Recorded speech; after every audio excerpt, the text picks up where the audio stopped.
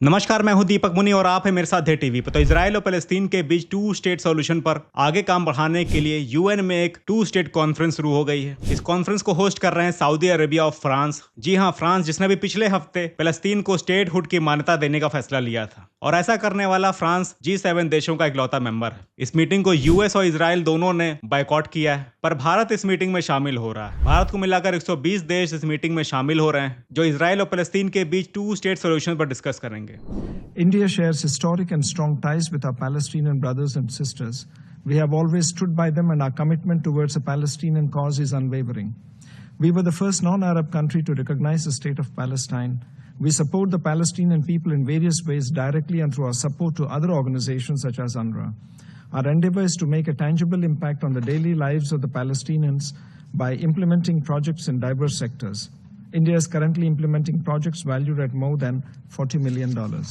आप में से बहुत से लोगों को मालूम होगा कि ये टू स्टेट सोल्यूशन क्या है। मैं फिर भी शॉर्ट में बता देता हूँ। देखिए, इजराइल चाहता है कि फलस्तीन ना रहे, पूरा का पूरा इजराइल हो जाए। फलस्तीन चाहता है कि इजराइल ना रहे, पूरा का पूरा फलस्तीन हो जाए। पर दुनिया चाहती है कि दोनों रहें, इसलिए टू स्टेट सोल्यूशन प्रपोज किया गया है। हालांकि अभी तक इस पे कोई कंक्रीट डेवलपमेंट नहीं हो पाए। तो भारत इस मीटिंग को अटेंड कर रहा है। इस मीटिंग को कंडक्ट करने का फैसला last year UN general assembly की मीटिंग में हुआ था। ये मीटिंग वैसे तो जून में होनी थी, पर इजराइल और ईरान के वॉर के बीच ये मीटिंग हो नहीं पाई, इसलिए ये मीटिंग अब शुरू हुई है। यूएस ने इस पर खासा आपत्ति जताई है। यूएस ने भारत के इस कदम पर भी आपत्ति जताई। यूएस के स्पोक्स पर्सन ने कहा कि यूनाइटेड स्टेट्स ऐसी अनप्रोडक्टिव और इल टाइम्ड मीटिंग में पार्टिसिपेट नहीं करेगा, बल्कि यूएस जारी रखेगा अपने रियल वर्ल्ड एफर्ट को, जिसे इजराइल और हमास के बीच सीज फायर होगा और एक परमानेंट सोल्यूशन निकलेगा। देखिए, वैसे तो ये कॉन्फ्रेंस होनी थी, लेकिन जिस तरह से गाजा से ये स्टारवेशन की इमेजेस बाहर निकल के आ रही हैं, पूरा वर्ल्ड जिसकी चिंता कर रहा है और जिसके लिए इजराइल को इंटरनेशनल क्रिटिसिज्म फेस करना पड़ रहा है, इसलिए ये मीटिंग और भी जरूरी हो गई है। गाजा के अंदर एड न पहुंचने से जो वहां पे हालात हो गए हैं, वो वाकई अलार्मिंग है। इनफैक्ट इस मुद्दे पर यूएस और इजराइल भी एक वक्त पर सेम पेज पर नहीं दिखे। जब इंटरनेशनल मीडिया में गाजा से ऐसी इमेजेस बाहर आने लगी, तो नेतन्याहू का बयान आया। नेतन्याहू ने संडे को यह कहा कि गाजा में इनफ एड जा रही है, वहां कोई स्टारवेशन नहीं है। लेकिन तस्वीरें बोलती हैं। ये तस्वीरें अपनी ही कहानी बयां करती हैं। ट्रंप उस वक्त स्कॉटलैंड की विजिट पर थे, जहां पर उनकी मुलाकात ब्रिटेन प्राइम मिनिस्टर कीर स्टारमर से होने वाली थी। तो जब रिपोर्टर्स ने ट्रंप से सवाल पूछा, तो ट्रंप ने कहा कि इजराइल के ऊपर एड पहुंचाने की बड़ी जिम्मेदारी है। वहां यानी कि गाजा में बहुत से लोगों की जान बचाई जा सकती है। वहां वाकई में बहुत से लोग भूख से मर रहे हैं। ट्रंप के इस स्टेटमेंट के बाद नेतन्याहू पलटे और कहा कि हाँ, गाजा में सिचुएशन डिफिकल्ट है और Israel US, European union, UN के एजेंसीज के साथ मिलकर वहां एड पहुंचाने वाला है। इसके बाद इजराइल ने डेली 10 घंटे के लिए मिलिट्री एक्टिविटीज को रोकने का फैसला लिया, ताकि गाजा में एड पहुंचाई जा सके। तो ह्यूमैनिटेरियन क्राइसिस को यूएस और फिर बाद में इजराइल ने भी रिकॉग्नाइज किया। यहाँ पर दोनों शुरुआत में एक साथ नहीं दिखे, पर बाद में इजराइल को यूएस की बात माननी पड़ी। पर वहीं दूसरी तरफ 22 महीने से चल रहा है इजराइल हमास वॉर और उससे जुड़ी हुई सीज फायर की बातें, इन पर दोनों का स्टैंड सेम है। डोनाल्ड ट्रंप ने कल कहा कि Hamas as a military group के साथ डील करना अब मुश्किल हो रहा है। ये लोग बातचीत नहीं चाहते, इसलिए डोनाल्ड ट्रंप और नेतन्याहू वेरियस अल्टरनेटिव प्लान्स की तरफ बढ़ने वाले हैं, ताकि हॉस्टेजेस को फ्री कराया जाए। अच्छा, इनका एक प्लान ये भी था कि गाजा को यूएस टेक ओवर कर ले और जितने भी हॉस्टेजेस हैं उनको आसपास के मुस्लिम देशों में बसा दिया जाए। पर उसके बाद इजराइल और ईरान की वॉर शुरू हो गई और ये प्लान साइडलाइन हो गया। पर एक ऑब्जर्वेशन ये है कि यूएस और इजराइल अब पीस डील नहीं चाहते। पिछले हफ्ते कतर में जो पीस नेगोशिएशंस हो रही थी, वहां से जब बात नहीं बनी, तो यूएस और इजराइल ने अपने अपने रिप्रेजेंटेटिव्स को वापस बुला लिया। इसके बाद ट्रंप का यह कहना हुआ कि शायद हमास के लीडर्स मरना चाहते हैं, इनको पीस डील में इंटरेस्ट नहीं है। देखिए, हमास और इजराइल दोनों ही एक दूसरे पर पीस डील में बाधा बनने का इल्जाम लगाते आए हैं। पिछले 2 सालों में सेवरल राउंड्स ऑफ एफर्ट्स हो चुके हैं कि पीस हो, पर पीस हो नहीं पा रही है। देखिए, ये जो टू स्टेट सॉल्यूशन पर यूएन की कॉन्फ्रेंस हो रही है, इससे कुछ खास निकल के आने वाला नहीं, क्योंकि इजराइल और यूएस इसमें पार्टिसिपेट नहीं कर रहे। पर फिर भी जो वर्ल्ड के हैवी वेट्स हैं, भारत, फ्रांस, ब्रिटेन, जर्मनी, ये सब अब इजराइल हमास को जल्दी से जल्दी खत्म करके एक लास्टिंग पीस सोल्यूशन ढूंढना चाहते हैं। इसलिए एक सेकंड रूट खोलने की तैयारी हो रही है। भाई देखिए, एक तरफ यूएस और कतर मिलकर हमास और इजराइल के पीस करा रहे हैं, वो पीस हो नहीं पा रही है। तो दूसरी तरफ से अब यूरोपियन कंट्रीज, खासकर फ्रांस की अगुवाई में, ये कोशिश कर रहे हैं कि अगर फलस्तीन को एक स्टेटहुड मिल जाता है, तो शायद वहां उस तरफ से पीस की कोशिशें आगे बढ़ सकें। गाजा इशू पर भारत का स्टैंड क्लियर है। भारत सरकार इजराइल के राइट टू सेल्फ डिफेंस को स्ट्रांगली डिफेंड करती है, पर साथ में ये भी चाहती है कि इजराइल इंटरनेशनल लॉज को फॉलो करे और सिविलियंस को टारगेट ना करे। भारत टू स्टेट सोल्यूशन को प्रमोट करता है। देखिए, भारत ने हमेशा से इजराइल और फलस्तीन के बीच एक डीहाइपेनेटेड फॉरेन पॉलिसी अपनाई है, यानी कि हम कैसे दोनों स्टेट के बीच में इक्वली बैलेंस रिलेशन बना के रख सकें। इसलिए जब भी कोई रिजोल्यूशन इजरायली एक्टिविटीज पर प्रपोज किया जाता है, तो भारत वहां पर अब्सटेन करता है। वहीं दूसरी तरफ जब बात टू स्टेट सोल्यूशन की होती है, तो भारत वहां पे वोट करता है।